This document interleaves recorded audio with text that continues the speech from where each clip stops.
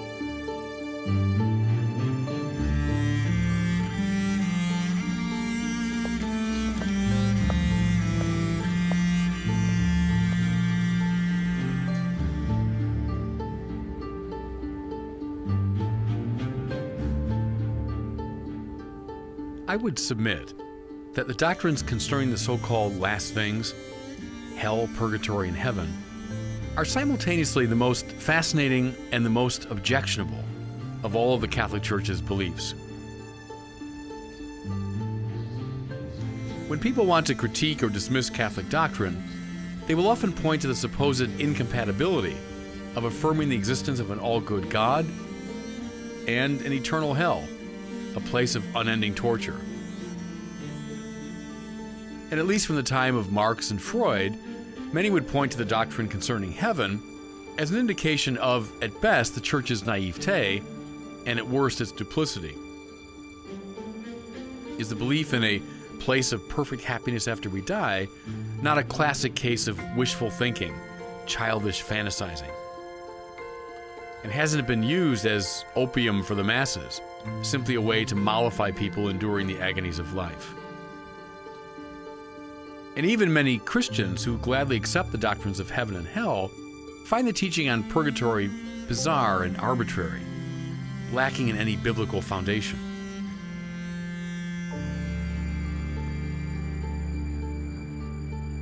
Everyone, believer and non-believer alike, wonders and worries at some point about what will happen after we die.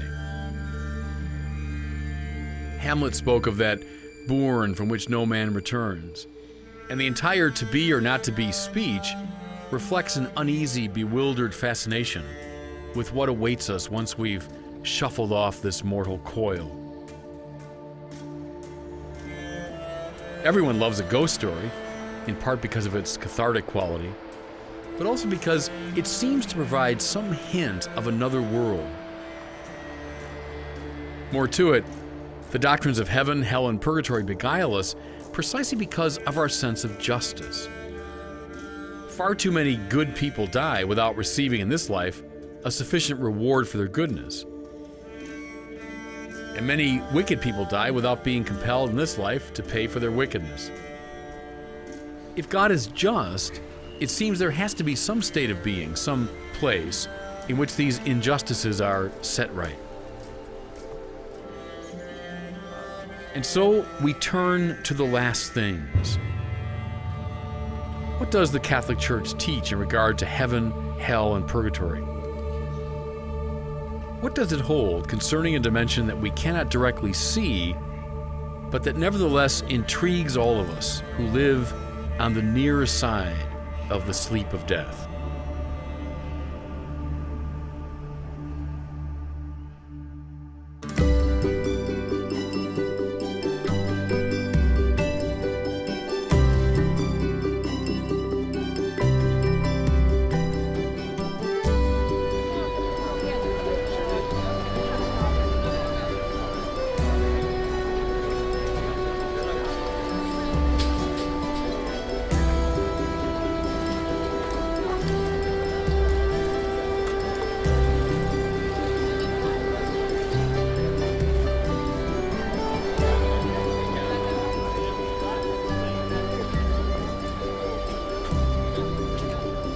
T.S. Eliot said that Western literature is divided between two truly great figures, Shakespeare and Dante, all the rest qualifying as secondary.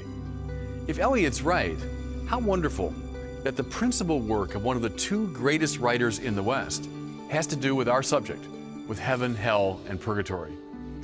Dante composed his masterpiece, The Divine Comedy, when he was wandering in exile, far from his beloved Florence, a city to which he would never return. It was during those lonely years, when he was lost both personally and politically, that Dante composed this work on the world to come. The Divine Comedy is obviously a work of creative imagination, so we shouldn't take it with complete literalness. Nevertheless, it's informed by very sound theology and marked at every turn by the perceptiveness of a transcendently great poet who's also a profound believer. Therefore, as we seek to look through the veil into the world to come, we can take Dante as a very reliable guide.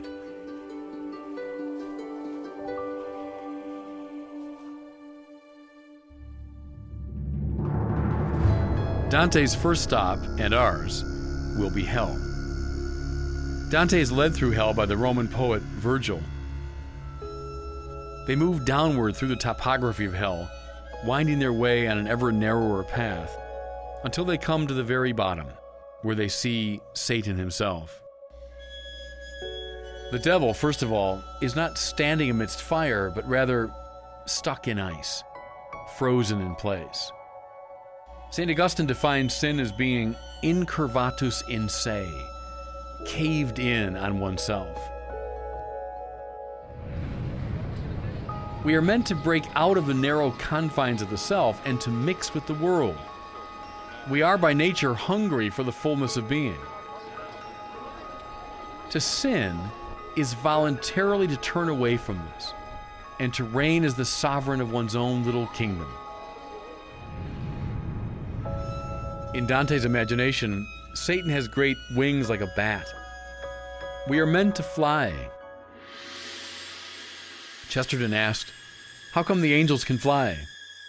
His answer, "Because they take themselves so lightly." Sin is a heaviness, the state of being weighed down. We try to fly, flapping our wings, because that's our nature. But all we succeed in doing is making the world around us colder. Satan, for Dante, is responsible for the frozen meteorology of hell.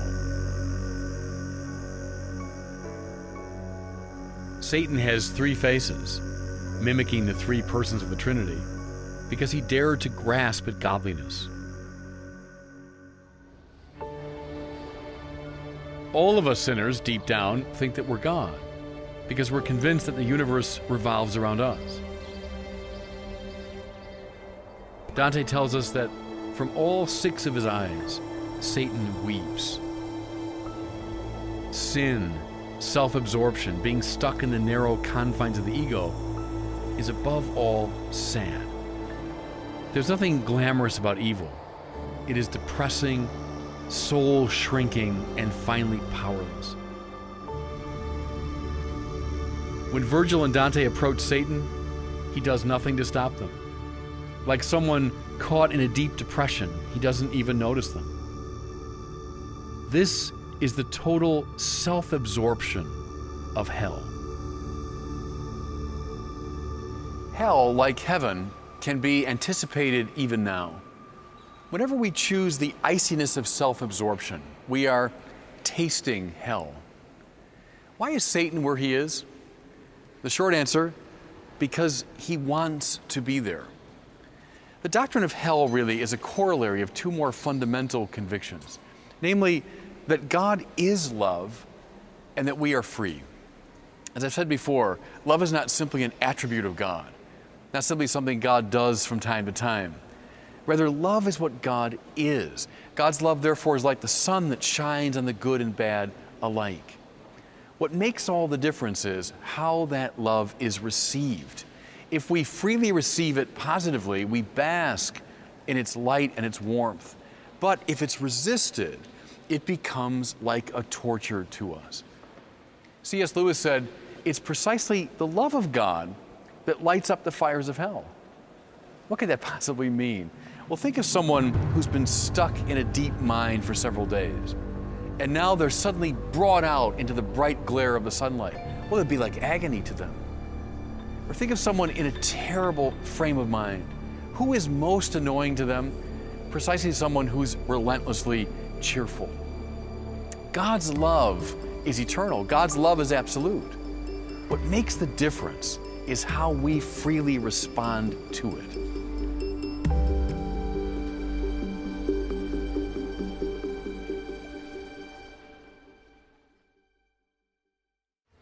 We can say yes or we can say no. And that's the terrible truth in some way about human freedom.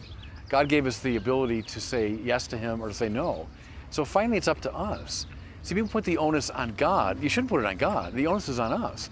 Do you accept this life? Do you jump into the party? Do you join it? Or are you like that person who sits sullenly in the corner while the party swirls around him? If anyone's in hell, and again I say if because we don't know, if anyone's there, it's because they stubbornly are sitting in the corner of the party while the whole thing festively swirls around them. Not that God has sent them to the corner. They've sat sullenly in the corner and they won't move.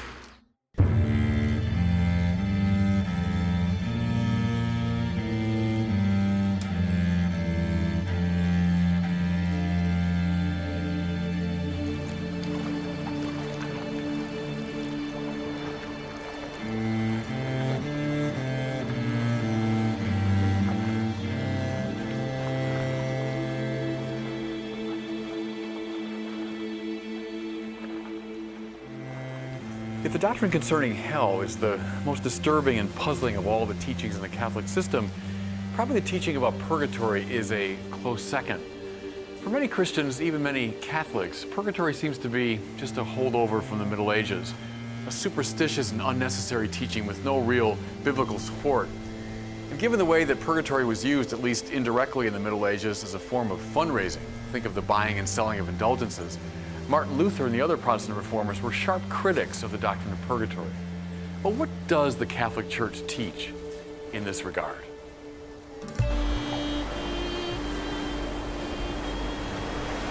Here's the formulation found in the Catechism of the Catholic Church. All who die in God's grace and friendship, but still imperfectly purified, are indeed assured of their eternal salvation. But after death they undergo purification, so as to achieve the holiness necessary to enter the joy of heaven. The Church gives the name purgatory to this final purification of the elect. Consider how a bad action performed repeatedly twists the will, predisposing it to choose along the same negative line in the future. This sort of sin, therefore, needs correction.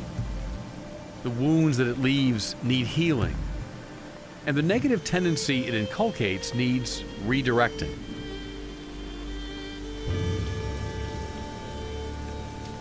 Loch Derg is a rocky, uninviting island located in the middle of a forgotten lake in northwest Ireland. To this place, strangely, thousands of people come every year in order to make a penitential spiritual retreat. They are ferried to the island, and then told to take off their shoes and socks. They are to remain unshod for the duration of their spiritual exercise. They spend the first day praying the rosary, walking on their knees over punishing beds of stone and attending services. For that day and night, they are not permitted to sleep. If they doze off, attendants rudely awaken them. After 2.5 days of practically constant prayer and spiritual exertion, the retreatants are ferried back to the mainland. In the Middle Ages, this island was known as St. Patrick's Purgatory, and popular legend said that the entrance to Purgatory was nearby. We can dispense, of course, with the crude literalism, but we should still pay attention to the association of what took and takes place on Loch Durrd, and what the Church means by purgatory in the supernatural sense. Those who come to the island love God. They wouldn't go through such punishment unless they did. But they recognize imperfections in themselves which need to be corrected so that their relationship to God might be set fully right.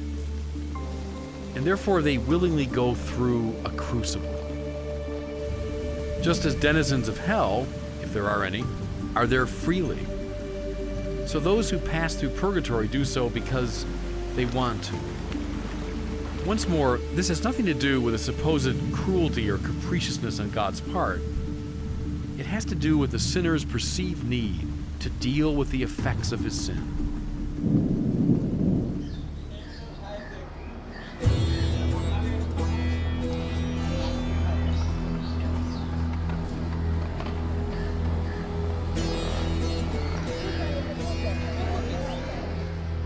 Imagine a worldly person, self-absorbed, superficial, spiritually undeveloped, who suddenly experiences a conversion to God. He perceives the inadequacy of his life and he wants to change.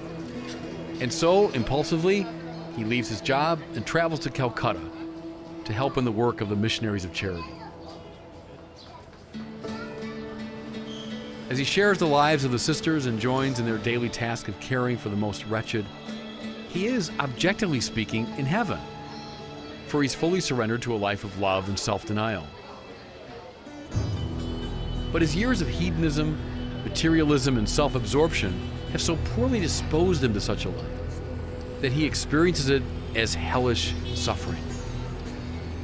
And it awakens in him the deepest anxiety and resentment.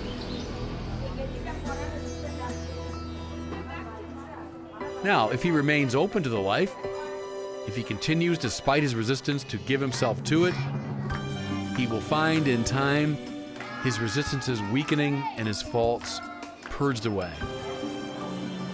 He will discover at last that it is possible to walk the path of love effortlessly and freely. And at that moment, the place of suffering will become a place of springs. This, I think, is an apt analogy for what the Church means by purgatory. There are many people who leave this life as friends of God, but far from able to live the life of heaven effortlessly. They require, accordingly, a Loch Durrd, a Calcutta, a necessarily painful training in the way of love, a purgatory.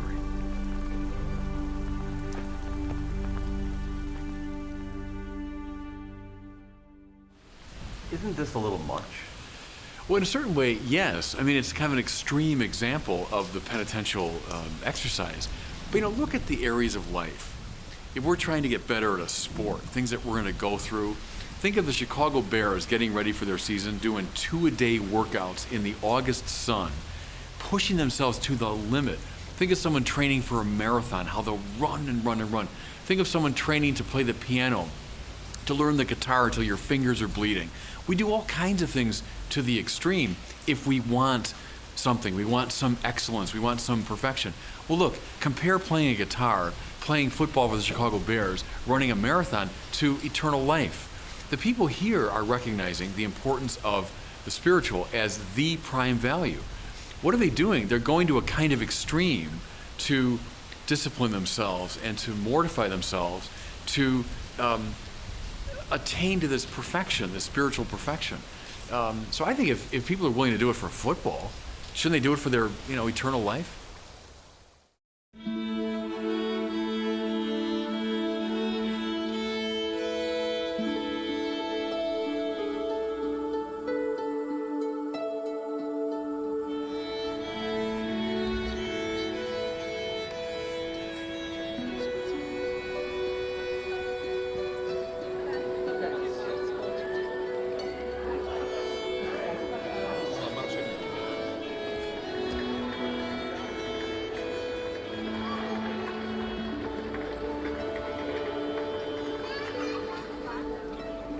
We've been talking about hell and purgatory, states of being that transcend the world of ordinary experience.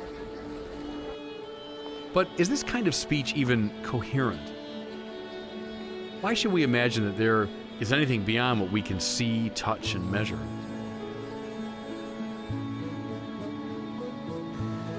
There's a line in the Creed to which we rarely aver. Creed speaks of God, the creator of the heavens and the earth, of all that is seen and unseen. The Bible is intensely interested in the full panoply of visible things. Human beings, plants, animals, trees, the earth itself, even those things that crawl upon the earth. But the Bible is also interested in that whole realm of God's invisible creation, those beings at a higher pitch of existence. I'm talking about the angels. Now, I know in this day and age, to talk about believing in the angels seems at best charming, at worst naive and superstitious. But think of it this way. Given what we know about the enormous variety of God's physical creation, is it likely that between this physical world and God, there simply yawns this great abyss? Both Thomas Aquinas in the Middle Ages and Teilhard de Chardin in modern times said, no, more likely that space is filled with an equally great variety of spiritual creatures. Here's how Thomas Aquinas talked about the angels. He said, they are separated intelligences. Here's what he means. They are spiritual beings endowed with mind and will, but they're not tied to matter the way that we are. The angel knows and wills, but at a much higher pitch of intensity, not tied to matter. And that means, Thomas said, that every angel is his own species. I know that's kind of a strange idea, but it's interesting when you think about it. What makes me an individual of the species humanity is this particular body that I have, these flesh and bones. An angel, though, is not tied to matter. Therefore, each angel is his own species or type. Look, here's what it means. Imagine every human being who's ever existed, every human being currently existing, every human being who will ever live till the end of time. Now imagine all of them gathered together as one great archetypal human. That would give you an idea of what one angel is like. It also helps to explain why in the Bible the typical reaction to an angel is fear. In our tradition, the angels are associated with the praise of God. We imagine them around the throne of God offering praise to the Lord. In fact, the highest angels, the seraphim, derive their name from a Hebrew word that means the burnt ones. They're on fire. They're so close to the presence of God. We also speak in this context of the singing of the angels. Now, don't over-literalize that language. What it means is the harmony of mind and will among the angels as together they praise God. This is also why, liturgically, we seek to join our voices to the voices of the angels. We say, Lord, may our praise be one with theirs as we sing, holy, holy, holy. What we're praying is that we might find the same communion of mind and heart that they find in heaven. The word angel is from the Greek word angelos. It just means messenger. That's why St. Augustine said angels are named not from their nature, but from their mission. Angels are sent. We hear of Gabriel sent to the Virgin Mary to announce the incarnation.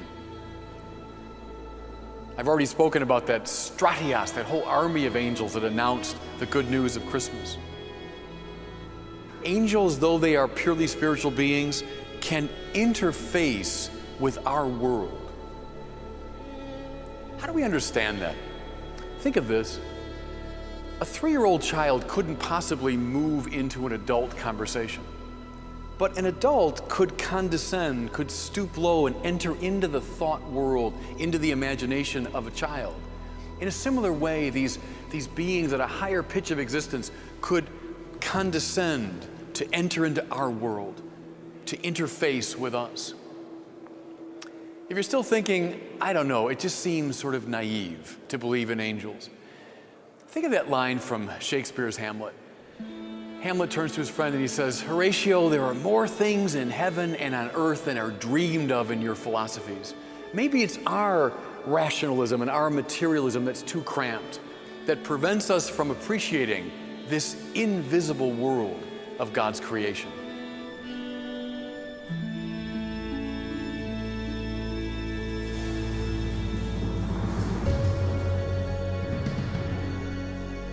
Now, just as there are fallen, wicked, compromised human beings, so the church believes there are fallen, wicked angels. Angels who have fallen out of the right praise of God and have turned in on themselves in pride, becoming, as it were, spiritual black holes. Imagine the most wicked person you know. Now, transpose that wickedness to a higher and more intense spiritual plane, and you have some idea of what the church means by a devil. Now, we have to be careful here. Christianity is not a Manichaean system, not a black-white war of good against evil. The devil is in no sense God's rival. The devil's a creature of God, and whatever the devil is and does is through God's permission. Nevertheless, we shouldn't underestimate the spiritual warfare. St. Paul said, we do battle not with flesh and blood, but with powers and principalities. The book of Revelation speaks of the war of the angels, which has spilled over into our dimension. I'm standing here in the Cathedral of Orvieto before what I think is one of the most chilling religious paintings in the world. Luca Signorelli did this wonderful scene of the Antichrist. You see him there in the middle. He looks for all the world like Jesus, in the face, in his vesture. But then you see that troubling expression on his face. And then you notice the devil whispering in his ear. And then this beautiful detail. See how the devil's hand comes through his vesture, so it looks for all the world like his own hand. How do devils interface with our world? Sometimes in very direct and frightening ways. Talk to anyone involved seriously in the work of exorcism. But more often than not, the devils insinuate themselves through temptation, moving us off of the praise of God and moving us into their own dark spiritual space. Again, you might be wondering, isn't this all kind of medieval to be talking about devils? Isn't evil caused by wicked human hearts, by fallen and wicked human institutions? Look, the Bible knows all about fallen individuals. It knows all about structural sin, institutional sin. But the Bible insists there's a third and more pervasive, more mysterious and more frightening level of dysfunction. It speaks of these fallen spirits. Here's the good news. Christ has done battle with all these different levels of evil. He's done battle with individual sin and conquered it. He's done battle with institutional sin and conquered it. And yes, he's done battle with this spiritual dimension and has conquered it. Therefore, we know, even in the midst of the spiritual struggle, that we are on the winning side. And therefore, we can be in the spiritual life happy warriors.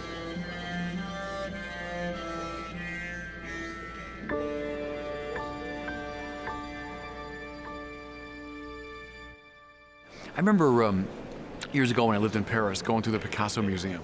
And it's this chateau that's just filled with these Picasso works of art. Every room was a different period. You know, Picasso was so fecund in his creativity that there'd be this period, another room, that period, then the next decade, another period. God, the guy never quit. He never stopped changing. Well, that's what you see all around the physical world. Why would we imagine that God's creativity is limited to this universe that we can measure and see? Isn't it likely even that it stretches way beyond it to other dimensions? That's where the angels would come in. Is there any way of saying how many? No, I don't know. Thomas Aquinas says, I think there are a lot of them. And what I like about that answer is, why not? How many bugs are there? A lot of bugs. How many fish are there? Millions of fish. You walk on the ocean shore, the zillions of those little shells left behind. Well, heck, if God is that exuberant in his creativity here below, why wouldn't he be so exuberant above? So I sort of like that answer. There are a lot of them. But who knows?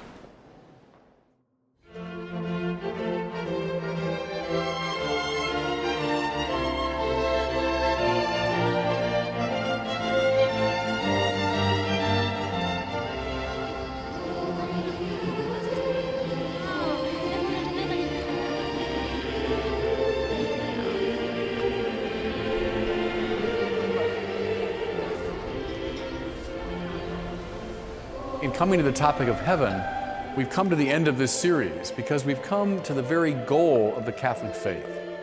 Everything else I've talked about, God, Jesus, the church, liturgy, sacraments, all of it is meant to conduce finally to heaven. God wants to share with us his own Trinitarian life, and that means the life of love. Heaven is love. It's love brought to fulfillment and completion. That's why St. Paul can say there are three things that last: faith, hope, and love. But the greatest of these is love. That's because in heaven, faith and hope will have faded away, but love remains. There are many images in the Bible and the great tradition for heaven. Think of eternal life, eternal rest, the banquet, the wedding feast.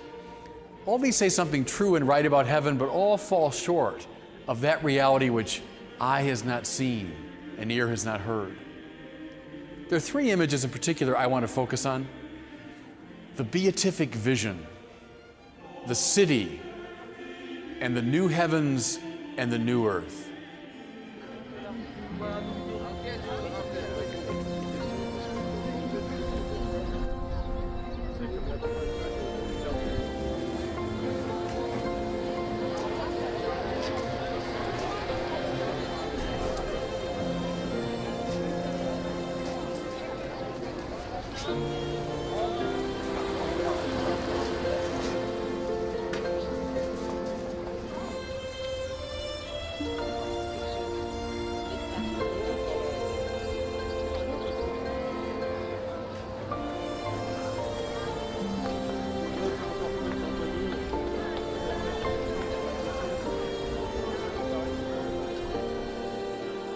Let us consider first the beatific vision,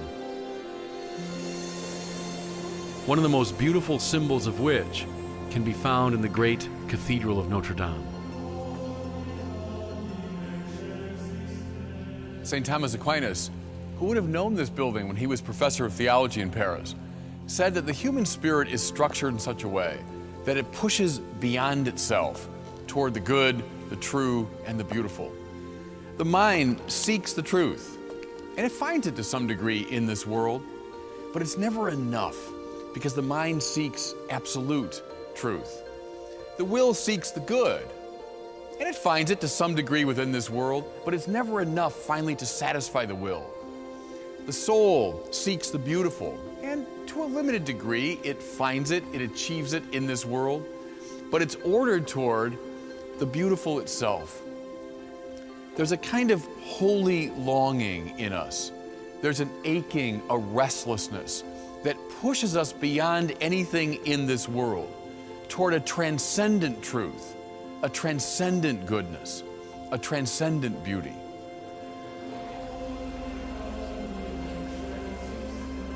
This is why, as C.S. Lewis so clearly saw, the most exquisite experiences in life, aesthetic pleasure, sexual intimacy, deep friendship, are always accompanied by a certain aching sadness, a sense that there must still be something more. Heaven is what corresponds to that desire beyond desire and to that searching beyond searching. The mind and the will, despite or because of all their achievements here below, still want definitively to see.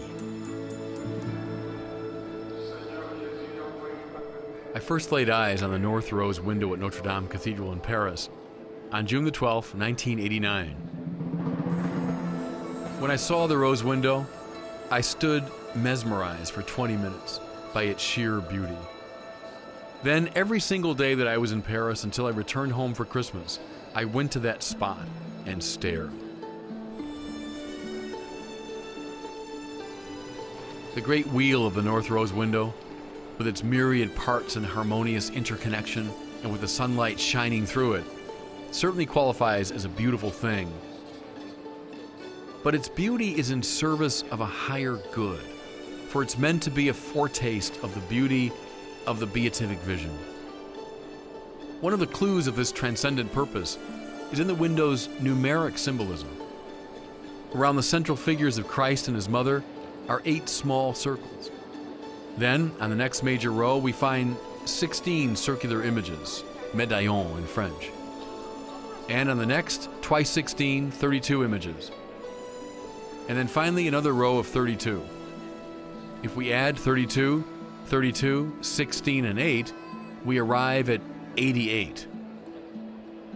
In a word, the entire window is an artistic meditation on the number 8. Then we recall that 8 is a symbol of eternity, since it stands immediately outside of 7, which evokes the 7 days of the week, or the completed cycle of time. Another clue is found in the very complexity and inexhaustibility of its composition. Why was I drawn for so many days to look at that rose? Partly because there was just so much to take in. The vision of God is like that. St. Bernard reminded us that the beatific vision is not something we take in all at once.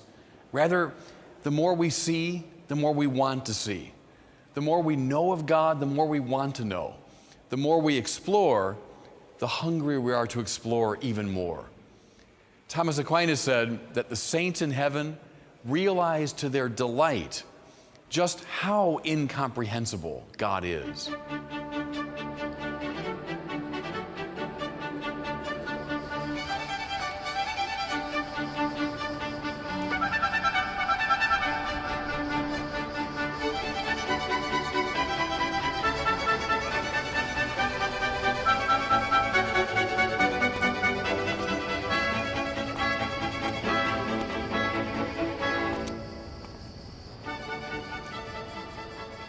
I realize that all this talk about knowing and seeing can give the impression that the life of heaven is a passive and lonely business, a bit like taking a solitary stroll through an art gallery.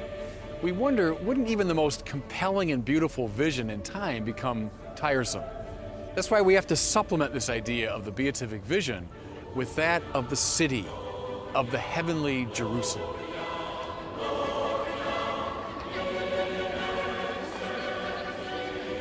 There's nothing passive or individualist about a city, bustling with energy, life, and creativity. Cities are places where communal activities and entertainments of all varieties are on offer. Life in the heavenly Jerusalem is something like that. In union with the angels and the saints, our minds, wills, and energies fully alive and properly focused, we will live in thrilling, interdependent communion with one another. Here below, because of our sins and the natural conflicts of finite existence, communion is so rare, so hard to achieve. But in the city on high, when we've been raised to a new pitch of ontological perfection, and when the self-absorption of sin has been burned away, we will rejoice in one another's accomplishments and delight in the harmony that we can achieve together.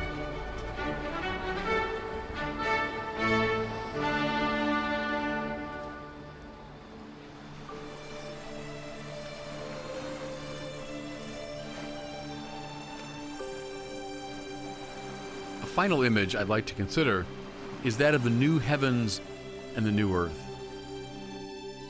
Many Christians are more Platonist than biblical in the measure that they see the goal of the spiritual life as getting out of this world and going to heaven. Or to put it more precisely, to facilitate the soul's departure from the body and its subsequent journey to a purely immaterial realm. But this is just not what Christian hope is really about. The Apostles' Creed concludes with the statement, "We believe in the resurrection of the body and life everlasting." And the Nicene Creed closes with, "We look for the resurrection of the dead and the life of the world to come." Neither declaration of Christian faith speaks of the conviction that the soul will escape from the body and live forever in a disincarnate state. Rather, both speak of resurrection, which involves not the leaving behind of the body, but the transfiguration of the body. The risen Jesus appeared very much in an embodied state to his disciples. He said, "Touch me and see that I have flesh and bones." The God revealed in the Bible made the physical universe and took infinite delight in it. Genesis reminds us that he found it all very good. Presumably, the biblical God, who made the good earth, has no intention of giving up on it, but rather wants to save it and redeem it. And this is precisely what the language of the resurrection of the body is all about. Not an escape from matter, but a renewal of it.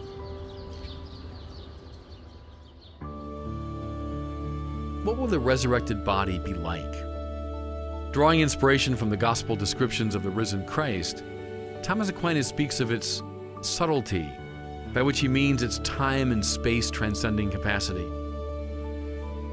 and of its radiance, by which he means its luminous brilliance, and of its agility, by which he means its suppleness and athleticism.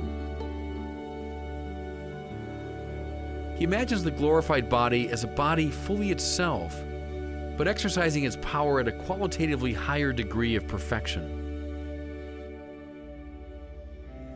John Polkinghorne, a theologian and particle physicist, has offered some fascinating speculations in regard to the resurrected body.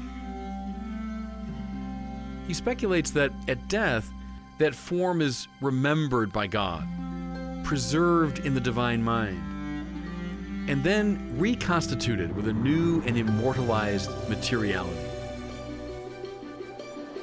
We might imagine the way in which the form of a picture could be preserved in a computer and then downloaded in a number of new instantiations, bigger and more impressive than the original.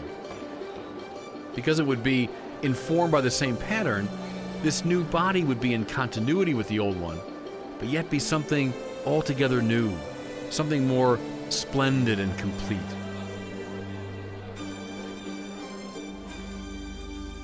And could this same manner of thinking help us to conceive what a new heavens and a new earth might be? It's been said that the best way to prepare ourselves for life in the world to come is to cultivate our capacity for surprise.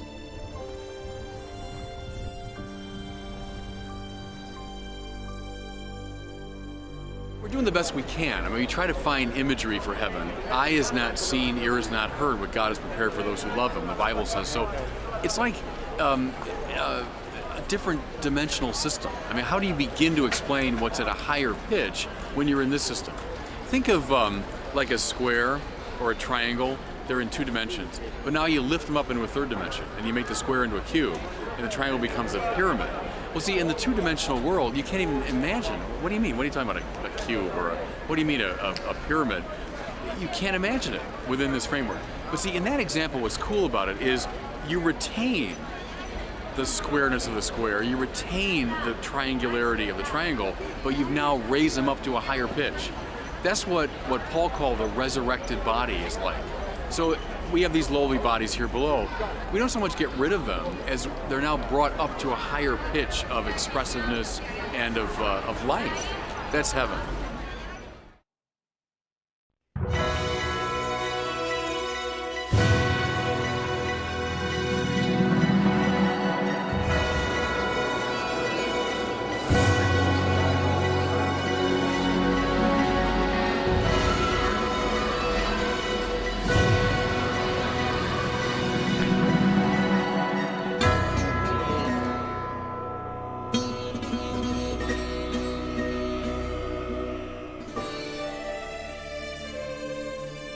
Catholicism is a way of seeing.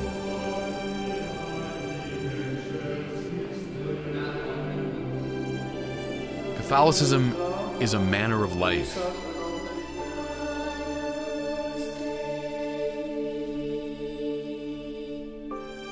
Catholicism has a distinctive texture, feel, and resonance.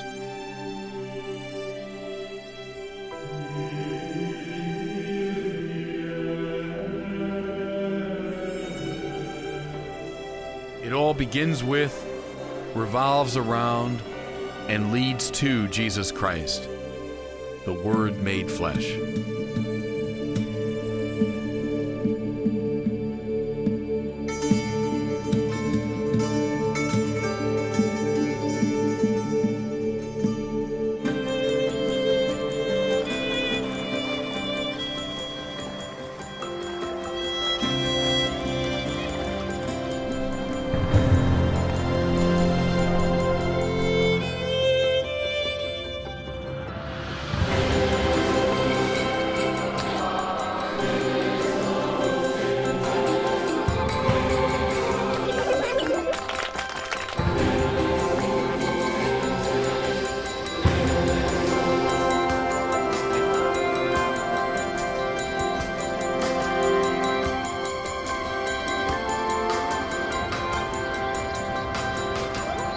I love you.